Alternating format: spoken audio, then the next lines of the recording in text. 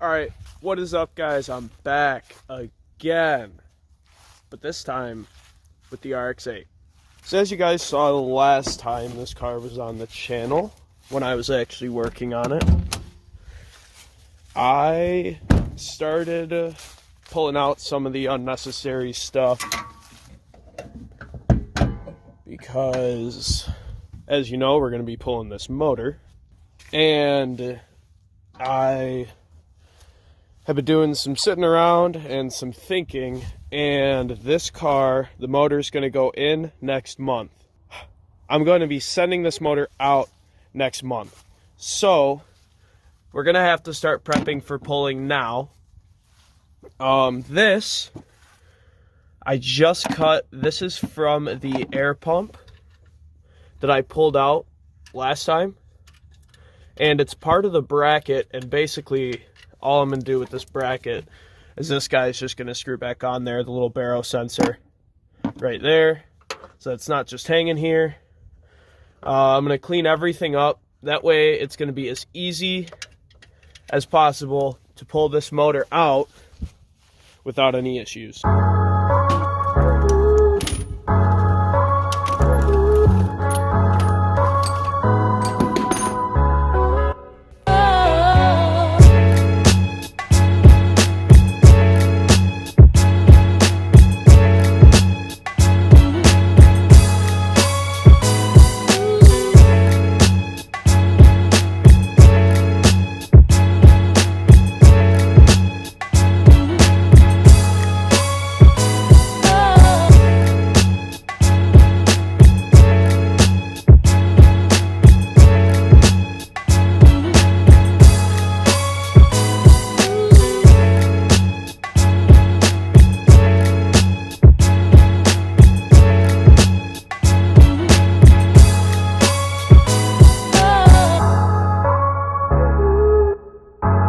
Alright, so that already is way cleaner than having the air pump there.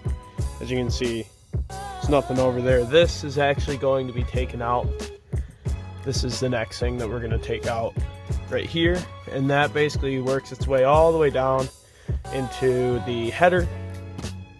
And it's also, this is part of the air pump assembly, and this is the part that actually pumps that air down into the header to help the catalytic converter not explode, but not clog.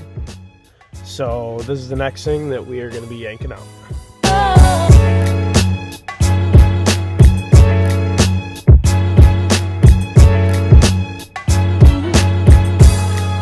Guys, so for the next part of this, you're going to have to jack the car up to get down all the way in there. And I don't feel like doing that right now, so we're going to hold off on taking this guy out until the motor's out. That's going to be the easiest route for that. But I think the next thing that we're going to do is hop on into the interior, because we got a couple things in there that we got to take care of. Alright, so if any of you follow me on Instagram, you know that this interior is not going to look the same for long. And the other thing, if you follow me on Instagram, you know that this radio is doesn't work. It used to work, and just Mazda radio being a Mazda radio, the pins wore out, and now it doesn't work. So we're going to take this radio out, and we're going to start disassembling this, taking all this off.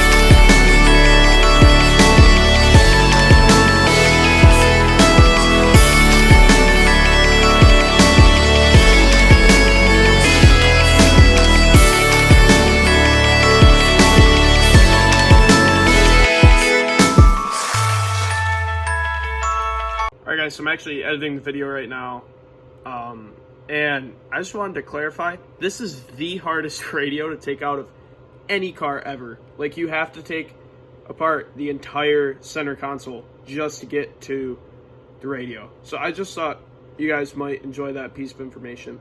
I don't know why it has to be so complicated, but it is. And then you can't reach any of the plugs because all the wires are too short. So it's really hard to put in, and it's really hard to actually take the plugs out. I've done it like 4 times, that's how I know. So anyways, back to the video. Alright guys, so we actually have to take a quick break from the Rx-8 because look, I just got delivered.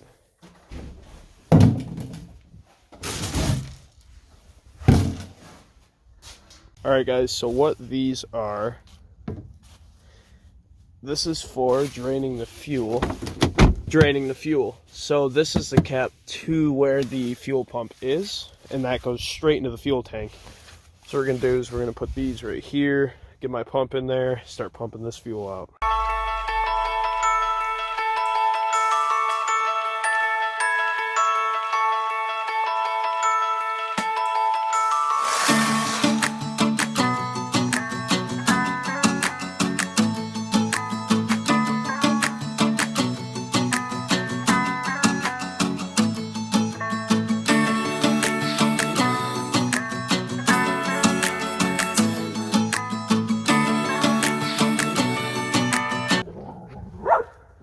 Alright guys, so it's starting to get dark and I can't pull the fuel pump out very easily, so I'm going to have to get at it when it's light out, but we're going to put that plate back on to make sure the interior is still sealed.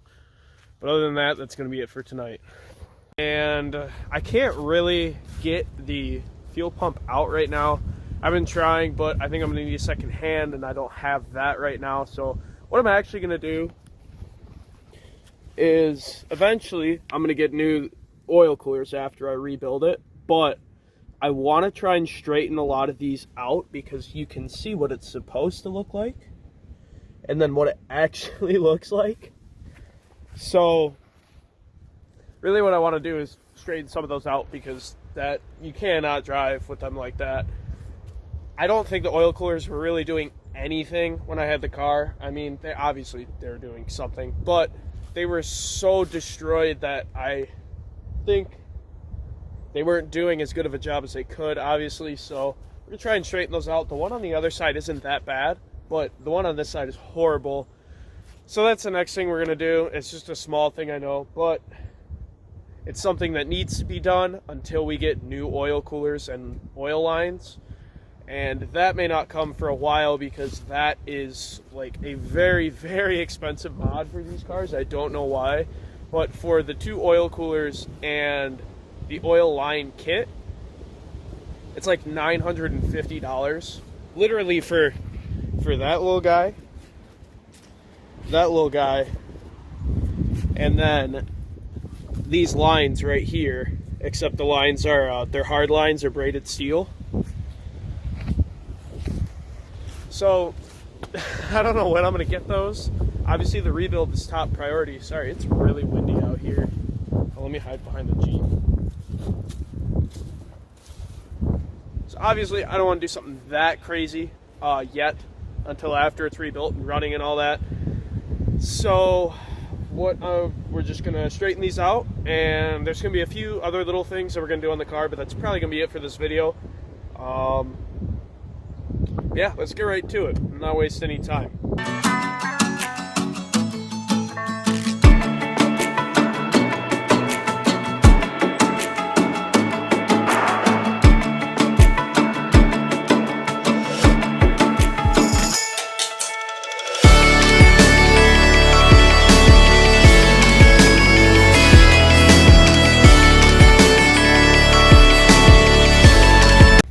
We're gonna see if we can salvage any of this radio though. I don't know if I can because I've tried to fix this thing too many times and I think it's just done. But let me know. So these Rx-8s, with the Bose system, they come with like amps and all that in the back. And when you do like an aftermarket radio setup, I know a lot of them don't allow don't allow the use of the factory.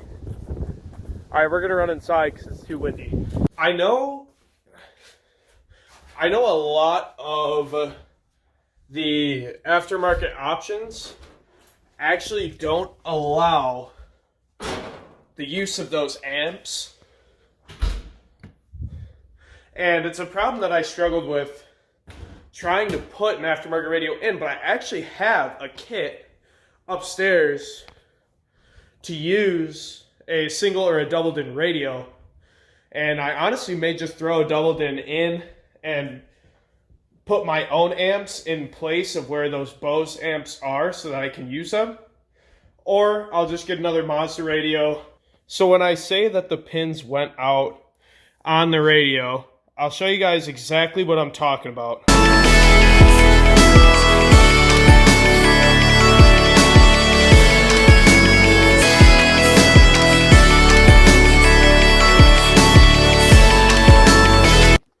Alright, so basically these pins right here wear out, and it prevents communication to the faceplate. And the faceplate, the power controls all this, and it controls the LCD screen that is above this. So that is the issue. This radio, they have these plugins, and the plugins work fine. I can operate these, but you can't change the position of it at all. You can't, and then the whole faceplate doesn't even work. You can't use volume, nothing, like nothing of that works. So usually these, once these separate, like I showed you, I was able to just pull that off instead of unscrewing it. Once these separate, you're screwed, and there's no going back.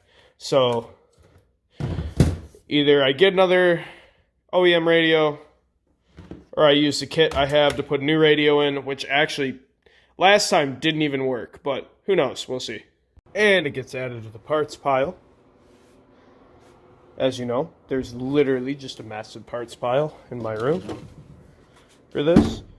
And also, news on the splitter. I know I'm talking a lot in this video, and I apologize. But we're going to do a version 2 of this. I'm going to make it out of wood again, except we are going to mess with the back spacing back here so that I can actually get my under tray up in there, because I have my new under tray. It's supposed to come, I think, in another 2 weeks. I haven't heard anything from them yet. I ordered it over at LRB Speed because the under tray that I made myself, as much as it worked, it's not doing it right. And I don't do things the quick way or the easy way. I do them the right way, and I want to have this done the right way. So I ordered an under tray from LRB Speed, and it's going to be coming in here pretty soon. And other news for everyone. I have ordered all of the things I need to pull the motor out. Today I actually made the last order, and that was the leveling kit when you're pulling it out. It connects to the chain and all that. There's a bunch of nonsense. But coolant has been ordered. And then small miscellaneous stuff like a magnetic drain plug for like the break-in procedure once I get it rebuilt. And I have... what else did I get? I don't remember, but I got everything I need to pull the motor, and I got everything I need to put it back in. So, coming very, very soon, starting January, we're going to start all this motor work. Hopefully the Jeep will be sold. I have someone interested in buying it.